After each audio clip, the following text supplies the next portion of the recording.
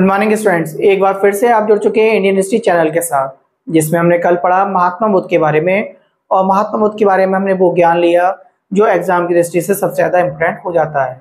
जिसमें सबसे पहले हमने देखा कि किस तरीके से महात्मा बुद्ध की मृत्यु के बाद 4 बौद्ध संगतियाँ की गई होंगी। उन चारों बौद्ध संगतियों के बारे में हमने पढ़ा, कैसे कैसे किसके समय किसके शासनकाल में चारों बौद्ध संगतियाँ की गई। इसके साथ साथ हमने देखा किन किन बौद्ध संगति में कौन कौन अध्यक्ष और उपाध्यक्ष रहा होगा। आज के वीडियो में आगे चर्चा करते हुए हम देखेंगे इन चारों बौद्ध संगतियों में क्या खास बात रहने वाली थी, कौन सी बौद्ध संगति में क्या लिखा गया, दूसरी बौद्ध संगति में क्या हुआ। इसके साथ साथ कितने बौद्ध धर्म में जो है त्रिपिटक बताए गए, कितने धम्म बताए गए। उसके साथ साथ अगर देखें तो कौन सी बौद्ध संगति में क्या कारण बना होगा कि ये धर्म 2 भागों में बट गया होगा। आज चर्चा करेंगे इसी बात पर, तो वीडियो में बिना देरी किए आगे की ओर बढ़ना चालू करेंगे। सबसे पहले देखेंगे हम चारों एक बार फिर बौद्ध संगतियां और उन 4 बौद्ध संगतियों से बनने वाले आगे के क्वेश्चन के बारे में आज की वीडियो में हम चर्चा करेंगे। जैसे कि हमने कल आपको बताया था कि 4 बौद्ध संगतियां हैं आपकी।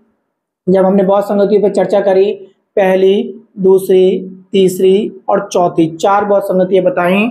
चारों के समय हमने आपको बताया कि कब कब बौद्ध संगतियां किस किस प्रकार मनाई गई होंगी। जैसे कि सबसे पहले हमने बताया कि महात्मा बुद्ध की मृत्यु 483 बीसी में हुई होगी, तो 483 बीसी में इनकी मृत्यु के बाद पहली बौद्ध संगति मनाई गई, जिसका हमने शासनकाल किसका होगा उसके बारे में फिर से चर्चा करेंगे। इसके ठीक 100 वर्ष बाद, जब 100 वर्ष बीत गए होंगे, तो अगली बौद्ध संगति 383 बीसी में मनाई गई होगी। ये कहाँ हुई होगी और किसके शासनकाल में, ये चर्चा की जाएगी। इसके बाद तीसरी बौद्ध संगति की बात करें तो 250 बीसी, और चौथी बौद्ध संगति को हमने पढ़ा है पहली शताब्दी या फर्स्ट एडी करके लिखा हुआ आपको बुकों में मिल जाता है। अब बात करेंगे हम, सबसे पहले हमने क्या करा, हमने एक बात पर ध्यान दिया कि पहली बौद्ध संगति जो मनाई गई, इनकी मृत्यु के बिल्कुल ठीक उसी समय बाद मना ली गई, क्योंकि इतनी बड़ी महान मूर्ति का अंत हो गया और इस महान आत्मा के अंत के बाद सभी बौद्ध भिक्षुओं को सभी देशों से बुलाया गया, जो जो इनके अनुयायी रहे होंगे, और उन अनुयायियों से चर्चा की गई इनके जीवन के ऊपर और उन बातों को लिखा गया होगा। आज उन बातों पर भी चर्चा होगी कि जो लिखा गया वो कौन सी बौद्ध संगति में किस रूप में प्रारूप तैयार किया गया होगा। नंबर 1, अगर हमने आपको याद करने की बात की तो हमने आपसे कहा था इन्हें सबसे पहले आप याद कर लेंगे ए में मैंने आपको बताया होगा पहला वाला ए जो रिप्रेजेंट करता है आपको अजातशत्रु को रिप्रेजेंट करेगा।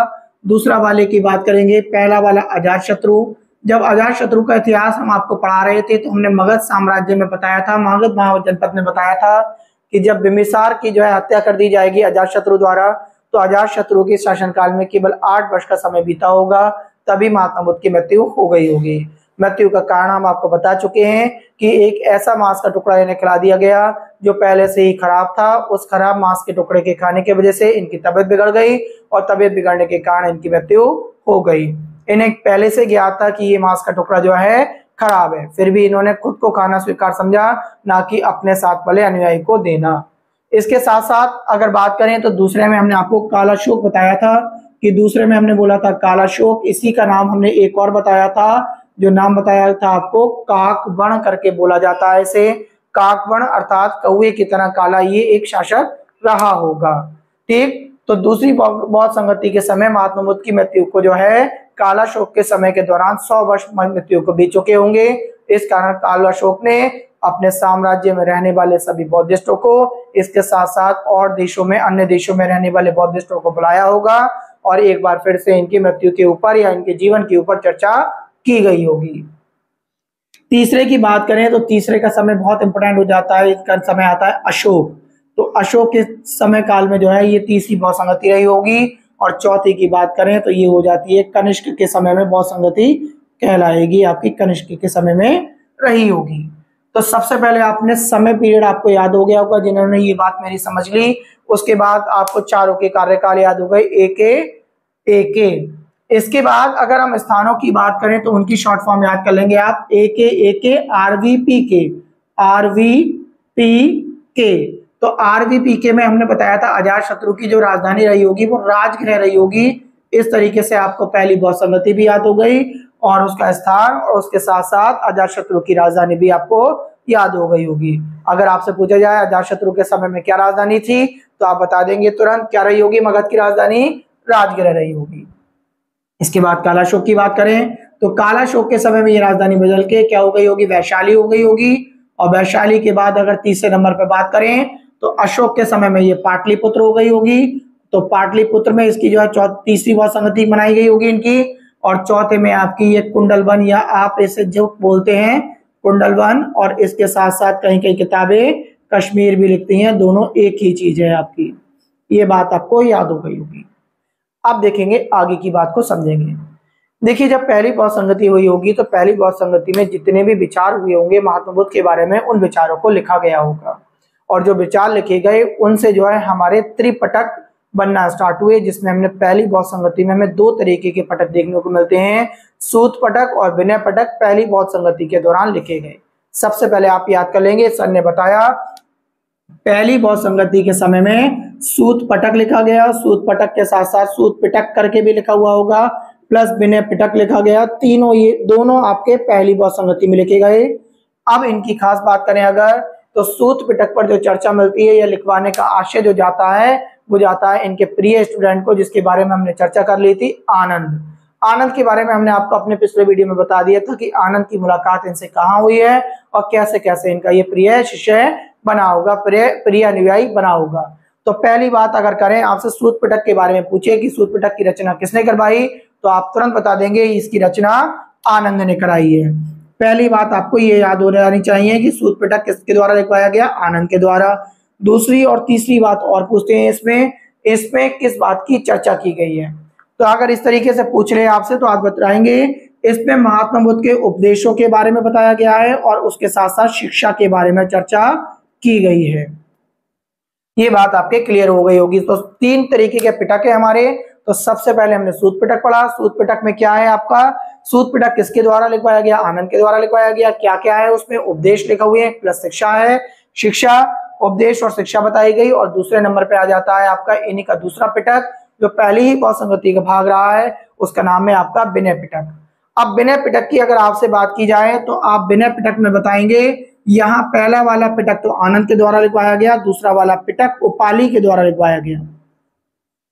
अगर आप उपाली पहली बार नाम सुन रहे हैं तो आप ये ध्यान रखेंगे, उपाली इनका वो शिष्य था जो इनके जो संघ का निर्माण हुआ था, हमने संघ आपको बताया था, उस संघ की देखभाल किया करता था, उन नियमों की देखभाल किया करता था, उन मान्यताओं की देखभाल किया करता था जो बौद्ध धर्म द्वारा बनवाई गई होंगी, जो भगवान बौद्ध द्वारा उन मान्यताओं को, उस संघ को चलाने के लिए आगे कार्य में लाया गया होगा। तो उन सभी की अगर रक्षा कोई किया करता था तो कौन किया करता था, उपाली। उपाली कहाँ पाया जाता था, आप ध्यान रखेंगे, उपाली कहाँ थे, उपाली थे इनकी जो संघ बना हुआ है उस संघ में जो है उपाली इन विचारों को देखा करते थे।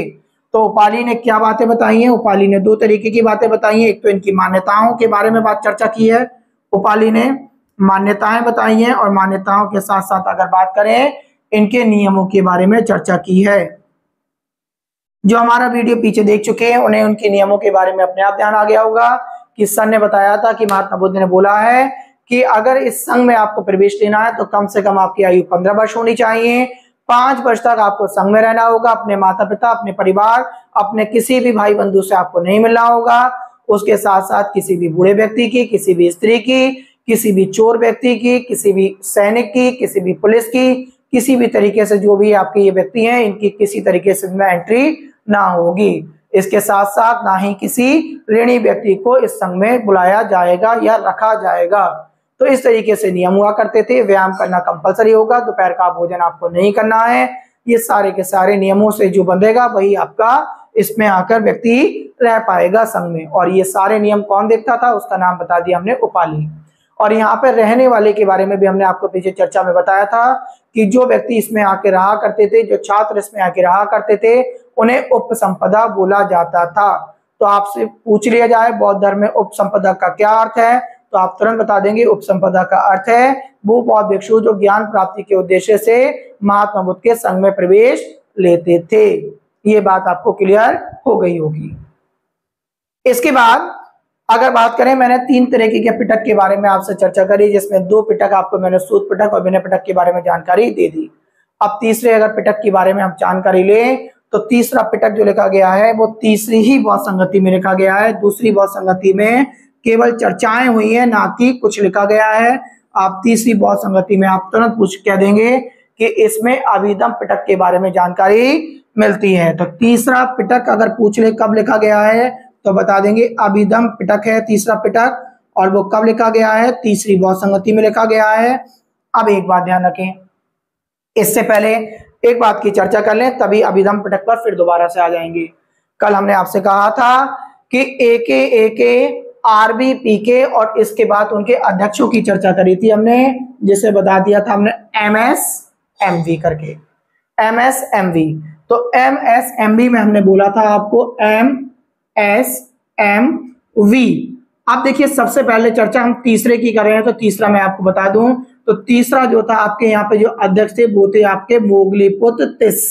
जिन्होंने हमारा कल का लेक्चर नहीं देखा है वो पीछे एक बार देख लें, और इसके बाद आपको ये सारी बात क्लियर हो जाएगी कि पहले वाले के अध्यक्ष कौन थे, दूसरे के कौन थे, तीसरे के कौन थे और चौथे के कौन रहे होंगे। चौथे में मैंने आपको दो तरीके से बताए हैं, एक अध्यक्ष और एक उपाध्यक्ष। तो इस वीडियो को समझने से पहले आपको इससे पहले वाले वीडियो भी देखना बहुत कंपलसरी हो जाते हैं, जो एग्जाम की दृष्टि से बहुत इंपोर्टेंट हैं। ठीक, तो जहां मैंने बताया आपको तीसरे में कौन थे, मोगलीपुत्र तिस थे, तो इन्हीं के समय में ये लिखा गया होगा। तो आपसे पूछ ले तीसरा जो अभिधम पिटक है आपका तीसरी बौद्ध संगति में लिखा गया है और किसके समय में लिखा गया है, किसने लिखवाया है, तो आप तुरंत बता देंगे इसमें थे आपके मोगलीपुत्र तिस, मोगलीपुत्र तिस थे आपके। ये बात आपको याद हो गई होगी। अब ये पूछा जाता है इस अभिधम पिटक में ऐसी क्या खास बात है, जैसे कि पहले में हमने देखा उपदेश प्लस शिक्षाएं हैं, दूसरे में देखा मान्यताएं और नियम है, तीसरे में ऐसा क्या है जो हमने पढ़ा है तीसरा अभिधम पिटक। तो अभिधम पिटक के बारे में आप ध्यान रखेंगे, इन्होंने जो चर्चा की है मोगलीपुत्र तिस ने, इनके दार्शनिक जीवन के बारे में चर्चा करी है। किसके दार्शनिक जीवन, महात्मा बुद्ध के दार्शनिक जीवन के बारे में चर्चा करी है, जो इनका दार्शनिक जीवन रहा होगा। और उसके साथ साथ एक चर्चा और करी है, जो इनके महात्मा बुद्ध के समय में लोग बाग जब इनसे प्रश्नोत्तर किया करते होंगे तो उन प्रश्नोत्तर के बारे में चर्चा करी है इन्होंने कि क्या क्या महात्मा बुद्ध से प्रश्न पूछे गए और उन्होंने क्या क्या इसका उत्तर दिया। अगर आपको भी जीवन के बारे में जानना है तो आप क्या करेंगे, आप इनका तीसरा जो आपको मैंने आपको बताया अभिधम पिटक, उस अभिधम पिटक को खरीद लाएं और खरीदने के बाद उनमें महात्मा बुद्ध से द्वारा पूछे गए सारे प्रश्नों के उत्तर और बाकायदा प्रश्न उसमें लिखे हुए हैं, उनके बारे में आप पढ़ सकते हैं।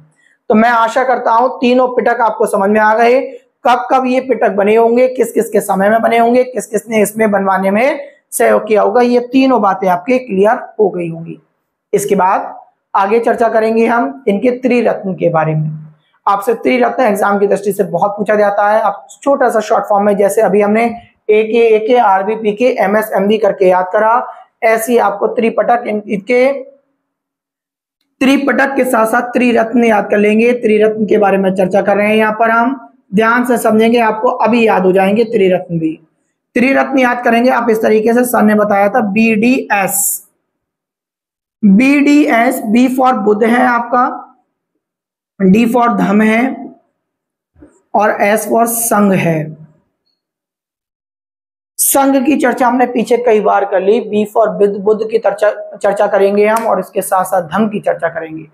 अगर बुद्ध की बात की जाए आपसे तो शायद मैं आपको बता दूं ध्यान से, इसका मतलब इंग्लिश में बोलते हैं इनलाइटेंड। इनलाइटेंड के मतलब के बारे में समझे, आपने कभी कभी ना महात्मा बुद्ध के फोटो वगैरह लिए होंगे या ईश्वर के फोटो जब लेते हैं आप, भगवान वगैरह के फोटो अपने घर में लगाते हैं तो उनमें देखा होगा उनके सिर के पीछे से एक तरीके से चमक सी उठ रही होती है, ज्ञान का प्रकाश उठ रहा होता है, ऐसा लगता है जैसे कि सूर्य जो है उनके जो है सिर के पीछे ही निकला हुआ है। तो वो एक तरीके का जो प्रकाश है वही बुद्ध बोला गया, जो एक तरीके से अदृश्य प्रकाश होता है। उस अदृश्य प्रकाश से हमें ये दिखाई देता है कि ये व्यक्ति जो है किस प्रकार जो है अपना ज्ञान को आगे की ओर बढ़ा रहा है, तो उसे बुद्ध बोला गया है। धम के बारे में अगर चर्चा करें तो ये मैंने आपको बुद्ध के बारे में समझा दिया। धम जो होता है, धम का मतलब होता है व्यवहार या मानवता जो होती है आपकी, तो व्यवहार से आप समझ जाएंगे, व्यवहार प्लस मानवता करके दो तरीके से लिख देता हूं मैं आपको। और संघ का मतलब मैंने आपको पीछे अपने वीडियो में बहुत ज्यादा क्लियर कर दिया कि संघ का मतलब होता है एक तरीके की इनकी वो पाठशाला जिसमें ये बौद्ध भिक्षुओं को जो है पढ़ाया करते थे, समझाया करते थे जीवन क्या है और अपने विचारों को ये औरों में डाला करते होंगे, तो वो संघ होगा। और आज हमने संघ के विषय में एक बात पे और चर्चा करी, हमने आपको संघ में एक व्यक्ति बताया, एक नाम बताया, उसका नाम बोला आपको उपसंपदा। तो उपसंपदा आपने अगर मेरा वीडियो ध्यान से समझ रहे हैं तो आपके तुरंत समझ में आ गई होगी। अभी अभी थोड़ी देर पहले सर ने बताया कि उसमें रहने वाले, उसमें सीखने वाले सभी व्यक्ति को हम उपसंपदा बोला करते थे। ठीक है, चलिए यहां तक बात क्लियर हो गई आपको। तीन आपके मैंने आपको ये क्लियर करा दिया। अच्छा, बात आती है चौथी आपकी, बौद्ध संगति में क्या हुआ। चलिए चौथी पर चर्चा करते हैं। चौथी पर चर्चा हम जो करेंगे वो यहां करेंगे। थोड़ा सा इन्हें आप डिटेल में समझेंगे, थोड़ा सा आप ध्यान से समझते हुए चलेंगे। देखिए चौथी बौद्ध संगति के समय में क्या हुआ, ये ना जो बौद्ध धर्म ने जो धर्म चलाया था, भगवान बुद्ध ने जो धर्म चलाया था बौद्ध धर्म, ये दो भागों में बट गया। एक भाग हो गया हीनयान और एक हो गया महायान। चौथी बौद्ध संगति में जाके ये दो भागों में बटा है। आपसे पूछा जा सकता है कि हीनयान और महायान की रचना कब स्टार्ट हुई, तो आप तुरंत बता देंगे चौथी बौद्ध संगति का समय था। और किसके समय में हुई है, कनिष्क के समय में हुई है। कुंडलवन कश्मीर में इस बात पर चर्चा की गई होगी। देखिए मैं आपको चर्चा करते हुआ जा रहा हूं, ये मिटा देते हैं। देखिए हीनयान और महायान के बारे में अगर हम चर्चा करें तो क्या है, तो चौथी में हीनयान और महायान की चर्चा करी। इसमें दोनों में व्यक्तियों में क्या अंतर पाया गया, किसे हमने हीनयान बोला और किसे महायान बोला। देखिए ये दोनों ही एक तरीके के व्यक्ति थे, बस दोनों में अंतर ये था इनके विचार अलग थे। जैसे हम अभी आधुनिक भारत पढ़ा रहे थे अपने आप, तो हमने बताया था कि जो है कांग्रेस जब दो भागों में बटी थी, वहां पे नरम दल और गरम दल में बट गई थी। तो नरम दल और गरम दल के बारे में जब बच्चों को डिटेल बता रहे थे तो हमने बताया इनकी क्या विचारधाराएं थी। ये तो थे तो सभी इंसान, सभी हमारे में से तो जो है हमारे नेता निकले होंगे, जो क्रांतिकारी निकले होंगे। सेम ऐसी बौद्ध धर्म को मानने वाले व्यक्ति ही दो भागों में बट जाएंगे, उन्हें हीनयान या महायान कहा होगा। हीनयान वाले व्यक्ति ये कहते हैं कि जो गौतम बुद्ध हैं, जो हम जिन्हें पूज रहे हैं, भगवान की तरह पूज रहे हैं, वो हीनयान वाले कहते हैं ये मनुष्य है, ये कोई ईश्वर नहीं है। तो पहला पॉइंट आप समझ जाएंगे। पहले पॉइंट में हीनयान वाले व्यक्ति क्या समझते हैं कि इन्हें मनुष्य माना है, और इसमें अगर बात करें तो इसमें ये क्या मानते हैं, महायान वाले इन्हें भगवान का दर्जा देते हैं कि ये भगवान है। ठीक है, अभी ना आप अपने आप तुलना लगाएंगे कि अपने देश में कौन सा धर्म सर्वोपरि हो रहा है, हीनयान की तरफ को भाग रहे हैं या हम महायान की तरफ को भाग रहे हैं। ठीक, चलिए आगे बढ़ते हैं। दूसरी बात करें, अगर दूसरी बात में हम ये चर्चा करेंगे कि हीनयान वाले लोग कहा करते थे कि मूर्ति पूजा, क्योंकि भगवान बुद्ध ने खुद मना करा है कि मूर्ति पूजा हमें नहीं करनी है। और हमने क्या करा, हमने ये करा महात्मा बुद्ध की खुद मूर्ति बना दी, उसकी पूजा करने लगे हम। तो यहां पर इन्होंने मूर्ति पूजा पर बल दिया है, इन्होंने मूर्ति पूजा की है। एक भगवान माना हमने और उसके साथ साथ उनकी प्रतिमा बना ली। जिस बात को उन्होंने मना करा था हमसे, उसी बात को हमने करना स्टार्ट कर दिया। तो मूर्ति पूजा पे बल किसने दिया है, महायान ने दिया है। भगवान हमने किसे माना, जो मानने वाले व्यक्ति हैं, जो महात्मा बुद्ध को भगवान मानते हैं, वो महायान वाले हैं। इसके बाद देखिए अगर इनके भोजन की बात करें तो हीनयान वाले मांसाहारी थे, ये मांसाहारी थे। और अगर इनकी बात करें तो ये मांसाहारी प्लस शाकाहारी दोनों हैं। ये मांसाहारी प्लस शाकाहारी दोनों हैं, आप याद कर लेंगे ये बात। ठीक है, तीन बातें आपको क्लियर हो जाती हैं। पहली बात क्लियर कर ली हमने मनुष्य और भगवान के बीच में, मूर्ति पूजा में हमने क्लियर कर ली। तीसरी बात कर ली हमने मांसाहारी और शाकाहारी दोनों में। इसके बाद चौथे में अगर चर्चा करें तो चौथे में देखेंगे, चौथे में जो है हीनयान जो मानते हैं वो रूढ़िवादी हैं। रूढ़िवादी मतलब कट्टरवादी, एक बात पर अमल कर लेना। और यहां अगर बात करें तो ये परिवर्तनवादी हैं। इन्होंने बीच बीच में महात्मा बुद्ध की कई बातों को भी परिवर्तन की दृष्टि से देखा। परिवर्तन की दृष्टि से, चाहे इनकी पोशाक के बारे में बातचीत हो, चाहे हमारे रहन सहन की बात हो। महात्मा बुद्ध ने कब कहा था कि हमें बेड पर सोना है या आरामदायक बिस्तरों पर सोना है। हमसे कहा गया था महात्मा बुद्ध के बारे में, हम जब कल शिक्षाओं के बारे में हम चर्चा कर रहे थे तो उसमें हमने देखा था उन्होंने 10 जब पंचशील सिद्धांत और 10 सिद्धांत बताए थे, तो लास्ट के 5 सिद्धांतों में कहा था जो मेरे अनुयायी बनेंगे उन्हें जो है नीचे सोना होगा, वो कोई भी आरामदायक बिस्तर पे नहीं सोएंगे। और आज हम आरामदायक जीवन की तरफ को भाग रहे हैं। हम महायान भी बनते चले आ रहे हैं, महायान के साथ साथ महात्मा बुद्ध को पूछते हुए भी आ रहे हैं, और कहीं कहीं हम उनके जो है उपदेशों में परिवर्तन भी अपने जीवन के अनुसार ला रहे हैं। ठीक, तो मेरा केवल बात यहाँ पर एक परिवर्तनवादी और रूढ़िवादी की सोच बताना है, ना कि किसी चीज को हमें टारगेट करना है। हमें केवल जो है एग्जाम की दृष्टि से एग्जाम चीजों को तैयार करना है। इसके बाद अगर 5वें पॉइंट की हम बात करें तो 5वें पॉइंट में हम सीखेंगे कि जो हीनयान वाले व्यक्ति थे वो कौन कौन से देश में पाए जाते हैं, और जो महायान वाले व्यक्ति हैं वो कौन कौन से देश में पाए जाते हैं। अगर बात करें जैसे हीनयान की, तो हमने देखा बर्मा देश हो गया आपका, श्रीलंका देश हो गया। तो आपसे अगर पूछ ले कोई भी तो आप बताएंगे बर्मा हो गया, श्रीलंका हो गया आपका, जापान हो गया। इन सभी देशों में क्या हीनयान मानने वाले व्यक्ति पाए जाते हैं। तीनों आपको याद रखेंगे। एक देश और याद कर लेंगे, एक और बढ़ा दे रहा हूं मैं आपको यहाँ पे, इंडोनेशिया। इंडोनेशिया के बारे में हम जब आधुनिक इतिहास पढ़ा रहे होंगे तो इसके बारे में आपको पढ़ाएंगे। ये बहुत काम करेगा इंडोनेशिया आधुनिक भारत में। जैसे कि आधुनिक भारत में हमने एक दूसरी कंपनी देखी थी, जैसे कि हमारे यहाँ जब डच आए थे तो डच लोग अंग्रेजों को देखते देखते वापस लौट गए थे, क्योंकि उन्हें पता था कि जो भारत से हम व्यापार करने आए उससे अच्छा व्यापार तो हमें इंडोनेशिया से मिल रहा है। तो वहां पे हम इंडोनेशिया के बारे में चर्चा करेंगे। तो इस तरीके से आप बर्मा, श्रीलंका, जापान, इंडोनेशिया, 4 चीजों के बारे में, 4 देशों के बारे में हीनयान को जोड़ेंगे। अगर आपसे बात पूछ ली जाए, अगर आपसे कहा जाए कि महायान के बारे में, तो महायान में आप तिब्बत, चीन, कोरिया, इस तरीके से देशों को जोड़ देंगे। तिब्बत, चीन, कोरिया। चलिए एक बात मैं आपको फिर समझा दूं, कहीं कहीं क्या होता है ना, देखिए जापान में भी ना एक तरीके से मैंने कहा रूढ़िवादी और परिवर्तनवादी दोनों ही तरीके के लोग पाए जाते हैं। तो जापान को हम महायान की तरफ को भी बढ़ा देते हैं। ठीक है, तो आपसे अगर पूछा जाए तो आप ध्यान रखना, रूढ़िवादी और परिवर्तनवादी सोच की वजह से जापान को यहाँ भी रखा गया है। तो यहाँ से हम जापान इधर कर देते हैं, और यहाँ से जापान की जगह एक चौथा देश मैं आपको बढ़ा दे रहा हूं, आपको याद रहे, जिस वजह से जावा करके याद कर लें। जावा आपने पढ़ रखा होगा। यहां तक बात आपको क्लियर हो गई होगी। देखिए अंतर मैं आपको हमेशा बताता चला हूं हर एक पॉइंट का कि मतलब क्या है। शायद मेरे वीडियो से आपको जो मेरा वीडियो पढ़ रहे हैं, जो देख रहे हैं, उन्हें सारी बातें क्लियर होती गई होगी, और जिन्हें आज की वीडियो में कुछ बातें नहीं समझ में आ रही हैं तो हमारा पिछला वीडियो आप देख सकते हैं। इसके बाद आगे की बात करें, 5 पॉइंट हमने चर्चा कर ली, अब बात करते हैं 6ठे पॉइंट की बात। अगर बात करें तो देखिए अब आते हैं 6ठे पॉइंट में व्यक्तिवादी और समष्टिवादी के बारे में।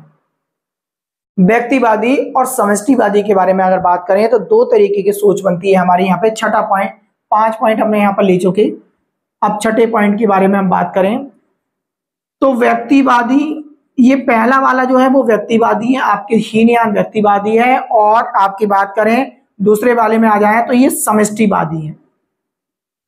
अब आप सोच रहे होंगे समष्टिवादी का अर्थ क्या है और व्यक्तिवादी का अर्थ क्या है। हमने अपने सारे वीडियो में देखा, हमने एक एक शब्द का अर्थ समझा है, और एक एक शब्द के अर्थ समझने से हमें पूरा महात्मा बुद्ध का जीवन परिचय समझ में आ गया, सारी घटनाएं समझ में आ गई, एक एक कार्यकाल समझ में आ गया, कब कब क्या घटना एक छोर से समझी हमने। चलिए बात करें व्यक्तिवादी की, तो व्यक्तिवादी लोग जो थे वो ये समझते थे कि केवल महात्मा बुद्ध ज्ञानी है, केवल महात्मा बुद्ध ही ज्ञानी है। और अगर समष्टिवादी की बात करें तो इन्होंने कहा है भगवान बुद्ध, जो महात्मा बुद्ध हैं, वो तो ज्ञानी है भी हैं, और उनके साथ में ऐसा नहीं है कि अन्य ना हो, अन्य भी ज्ञानी है। क्योंकि जब उन्होंने देखा कि इतने सारे वेदों के बारे में चर्चा हुई, इतने सारी चर्चाएं हमने मगध में ऋषि मुनियों के बारे में पढ़ी, वैदिक काल में पढ़ी हमने, तो ज्ञानी तो वो व्यक्ति भी थे, ये सारी बातें तो उन्होंने भी बताई थी। तो केवल महात्मा बुद्ध ही ज्ञानी नहीं थे, वो भी थे। मैंने आपको बार बार आपसे कहा कि भगवान बुद्ध ने सारी चीजों के बारे में उल्लेख किया है, और वही सारी चीजें हैं जो आगे चल के हमने अब इससे पहले देखी, जो हमने वैदिक काल में ऋषि मुनियों ने जो ऋग्वेद वगैरह में वेदों में चर्चा की गई है। बट ये है धीरे धीरे हमने वेदों को अपने अनुसार ढालने लगे, हमने कर्मकांड पूजा व्यवस्था पे हम जो है ज्यादा बढ़ने लगे, जिसकी वजह से लोगों ने वेदों से हटकर इस धर्म की तरफ को आना स्टार्ट किया। इसके बाद जब हम अन्य धर्म के बारे में अभी इसके बाद जैन धर्म पढ़ाना स्टार्ट करेंगे, उसमें भी हम भगवान महावीर द्वारा दिए गए उपदेशों को उसी तरीके से पढ़ेंगे जो हम ये देखते हुए आ रहे हैं। ये बात आपको क्लियर हो गई होगी। तो सारे के सारे धर्म जो बात बताते हैं वो वेदों की ही चर्चा करते हैं, बस बातों को घुमा फिरा के एक ही छोर पर बांट दिया गया है। इसके बाद अगर एक पॉइंट और चर्चा कर ली जाए, 7वें पॉइंट की आप चर्चा करेंगे, तो ये तो पाली भाषा में लिखे हुए हैं जिनकी बात मैंने करी, कौन सी, हीनयान। हीनयान आपका पाली भाषा में है। और अगर बात करें तो दूसरा वाला जिसे हमने महायान बोला वो संस्कृत भाषा में है। देखिए आपको लग रहा होगा एग्जाम की दृष्टि से ये बात संस्कृत भाषा और पाली भाषा पूछी जा सकती है, तो आपको ध्यान रखना इस बात के बारे में। जैसे महायान के बारे में एक बात और पूछ लेता है, महायान जो है नागा अर्जुन द्वारा लिखा गया है। किसके द्वारा लिखा गया? नागा अर्जुन के बारे में आप ध्यान रखते हैं, ठीक है। तो हम बता देते हैं आपको, मैंने फिर बता दिया, महायान में अगर बात आ जाए तो आप नागा अर्जुन बोल देंगे। और इसके साथ साथ एक बात और आपसे ये पूछ लेता है कि बुद्ध चरित्र जो पुस्तक है आपकी वो किसके द्वारा लिखी गई है, तो आप बुद्ध चरित्र बता देंगे अश्वघोष के द्वारा लिखी गई है। बुद्ध चरित्र किसके द्वारा है? अश्वघोष के द्वारा लिखी हुई है आपकी ये। आई थिंक मैं समझता हूं ये बात आपके बहुत क्लियर हो गई होगी। एग्जाम की दृष्टि से बहुत सारी चीजें आपने सीख ली। अब थोड़ी सी चर्चा, इनका आज अंतिम वीडियो चल रहा है, ये सारा जो है महात्मा बुद्ध के बारे में जीवन में हम खत्म करते जा रहे हैं। देखिए कभी कभी आपसे ये पूछा जा सकता है, जो हमने अभी पटक बताए, तो एक सूत पटक के बारे में एक बार पुनः चर्चा करेंगे। तो सूत पटक के 5 भाग दिए हुए हैं, आपके 5 भाग दिए हुए हैं। मैं 5 भागों के आपको नाम लिख दे रहा हूं और उनके अर्थ में आपको समझा देता हूं, ठीक है। 5 भाग आपको मैं यहाँ पे जो है बताता जा रहा हूं और 5 भाग में और 5 के 5 भागों का अर्थ आपको क्लियर करता जा रहा हूं। 5 भाग क्या है? नंबर 1 भाग के बारे में चर्चा करेंगे। देखिए पहले चर्चा करेंगे क्या है इसके भाग। हमने कितने बड़े? 5 भाग के बारे में सर ने बताया। 5 भाग जैसे कि मैंने आपको पीछे बताया था, आपको अंगुत्तर निकाय। तो अंगुत्तर निकाय आपका सूत पटक का भाग है। अंगुत्तर निकाय, मेरे शब्दों को ध्यान से समझ लेंगे और घर पर खुद लिखेंगे कि सर ने कौन से को किस चीज से जोड़ा है। देखिए अंगुत्तर निकाय में 16 महाजनपद के बारे में बात होती है। अब याद करो, मैंने जब महाजनपद पढ़ाने स्टार्ट किए तो आपसे तुरंत कहा था कि इन महाजनपदों की हमें कहां से पता चलती है। एक बौद्ध धर्म की प्रसिद्ध पुस्तक है अंगुत्तर निकाय, वहां से हमें जानकारी मिलती है कि 16 महाजनपद रहे भी होंगे। ऐसी मैंने कहा था केवल बौद्ध धर्म से नहीं, जैन धर्म से भी मालूम पड़ती है। जैन धर्म की एक पुस्तक बताई थी भगवती सूत्र, उससे भी हमें ये मालूम पड़ता है कि 16 महाजनपद रहे होंगे। इसके बाद हम बात करें तो संयुक्त निकाय आता है। संयुक्त निकाय में हमारे क्या है? इसमें यह बताया गया है संयुक्त निकाय, आपसे संयुक्त निकाय पूछा जाता है। तो संयुक्त निकाय में बताएंगे कि महात्मा बुद्ध ने 4 प्रकार के सत्य बताए थे, उन चारों सत्य के बारे में चर्चा की गई है। और चारों सत्य के साथ साथ महात्मा बुद्ध के जो मार्ग थे उन मार्गों के बारे में चर्चा की गई है कि आशावादी और निराशावादी दोनों तरीके के ये मध्यम मार्गी रखते थे, इसलिए इन्हें मध्यम मार्गी बोला गया है। तो दोनों तरीके के भाग आपको क्लियर हो गए होंगे। इसके बाद आता है खुद्दक निकाय आता है। खुद्दक निकाय क्या है? खुद्दक निकाय में महात्मा बुद्ध के जीवन के बारे में जो चर्चा की गई है, खुद्दक निकाय, तो इसमें आप ये ध्यान रखेंगे कि सर ने बताया था खुद्दक निकाय में महात्मा बुद्ध के जीवन के बारे में चर्चा की गई है और जीवन में भी उस जीवन के बारे में जो पूर्व का जीवन रहा होगा, पूर्व जन्म के बारे में बात की गई होगी। जातक कथाएं बोली गई हैं, इसमें जातक कथाएं बोली गई हैं। खुद्दक निकाय में ही जातक कथाएं मिलती हैं और जिनकी संख्या 549 है। आपसे जातक कथा पूछ ले कौन से निकाय में है तो आप तुरंत बता देंगे आप कि खुद्दक निकाय में। ये सारी बातें तो हम पढ़ चुके, सर ने हमें सब समझा दिया है। मैंने आपको कल की वीडियो में ये भी समझाया कि इनके जो अवशेष हुए होंगे मृत्यु के बाद, तो इनके अवशेषों को कितने भागों में बांटा गया और कहां कहां बांटा गया है, ये सारी बातें मैंने आपको बता दी। आज मैं भी जब मैं पढ़ा रहा था बच्चों को तो मैंने एक बुक में देखा, तो उस बुक में इतनी सारी चीजें नहीं दी रखी थी जितना मैंने आपको आज ऑनलाइन के माध्यम से बता दी। केवल एग्जाम की दृष्टि से जो आप इतना सारा पैसा खर्च करते हैं वो आगे ना करें, केवल फ्री में आप पढ़ते चले जाएं, इस चीज को आगे बढ़ाते चले जाएं। ये बात आपको क्लियर हो गई होगी। अंगुत्तर निकाय आपने क्लियर कर लिया, संयुक्त निकाय आपने क्लियर कर लिया, इसके साथ खुद्दक निकाय आपने क्लियर कर लिया। 3 निकाय आपके क्लियर हो गए। इसके बाद अगर बात करें, चर्चा करें हम, तो चौथा निकाय आता है आपका दीर्घ निकाय। और दीर्घ निकाय की अगर चर्चा करें हम, चौथा निकाय आपका मैंने बताया दीर्घ निकाय के बारे में। तो दीर्घ निकाय में यह बताया गया है कि महात्मा बुद्ध के उद्देश्य बताए गए हैं कि क्या उद्देश्य रहे होंगे। तो दीर्घ निकाय में आपके उद्देश्यों के बारे में चर्चा की गई है। 4 निकाय आप याद कर लिया आपने। मैंने कहा सूत पिटक 5 भागों में बटा हुआ है, जिसकी 4 भाग हमने बता दिए। अंगुत्तर निकाय जिसमें 16 महाजनपद है, संयुक्त निकाय जिसमें इनके मध्यम मार्गी जीवन के बारे में या सत्यों के बारे में चर्चा की गई है। इसके बाद खुद्दक निकाय जिसमें इनकी कथाओं के बारे में चर्चा की गई है। उसके साथ साथ हमें बताया गया है कि इनके पूर्व जन्म की कहानियां क्या क्या थी। 549 जातक कथाएं बताई गई हैं। इसके बाद दीर्घ निकाय की चर्चा करी हमने, इनके महात्मा बुद्ध के उद्देश्यों के बारे में चर्चा की गई है। और इसके बाद अगर चर्चा करें 5वां हो जाता है आपका मजीय निकाय। इतनी आपको हमारे वीडियो से आपको जानकारी मिल चुकी होगी। अगर बात करें हम इन सब की, तो आप किस पास जितने महात्मा बुद्ध के वीडियो बने इन सभी वीडियो को देख लें। और जहां तक मेरी कोशिश ये रही है कि एग्जाम की दृष्टि से आपके लिए कोई क्वेश्चन न छूटे, ये आपको मैं तैयार करा चुका हूं। आज के वीडियो में बस इतना ही। महात्मा बुद्ध के बारे में केवल इतना ही पढ़ेंगे। कल फिर से हम मगध महाजनपद की तरफ को बढ़ेंगे और वहां से स्टार्ट करेंगे जहां पर हमने धनानंद से खत्म कर दिया था। अब धनानंद के समय में अब दोबारा से क्या घटनाएं घटित होंगी, उन बातों पर चर्चा करेंगे। इतिहास को और ज्यादा इंटरेस्टिंग की वे से और एक पीढ़ी दर पीढ़ी चीजों को खत्म करना स्टार्ट करेंगे। अगर मेरा वीडियो आपको पसंद आया हो तो लाइक करें, सब्सक्राइब करें, शेयर करें। धन्यवाद।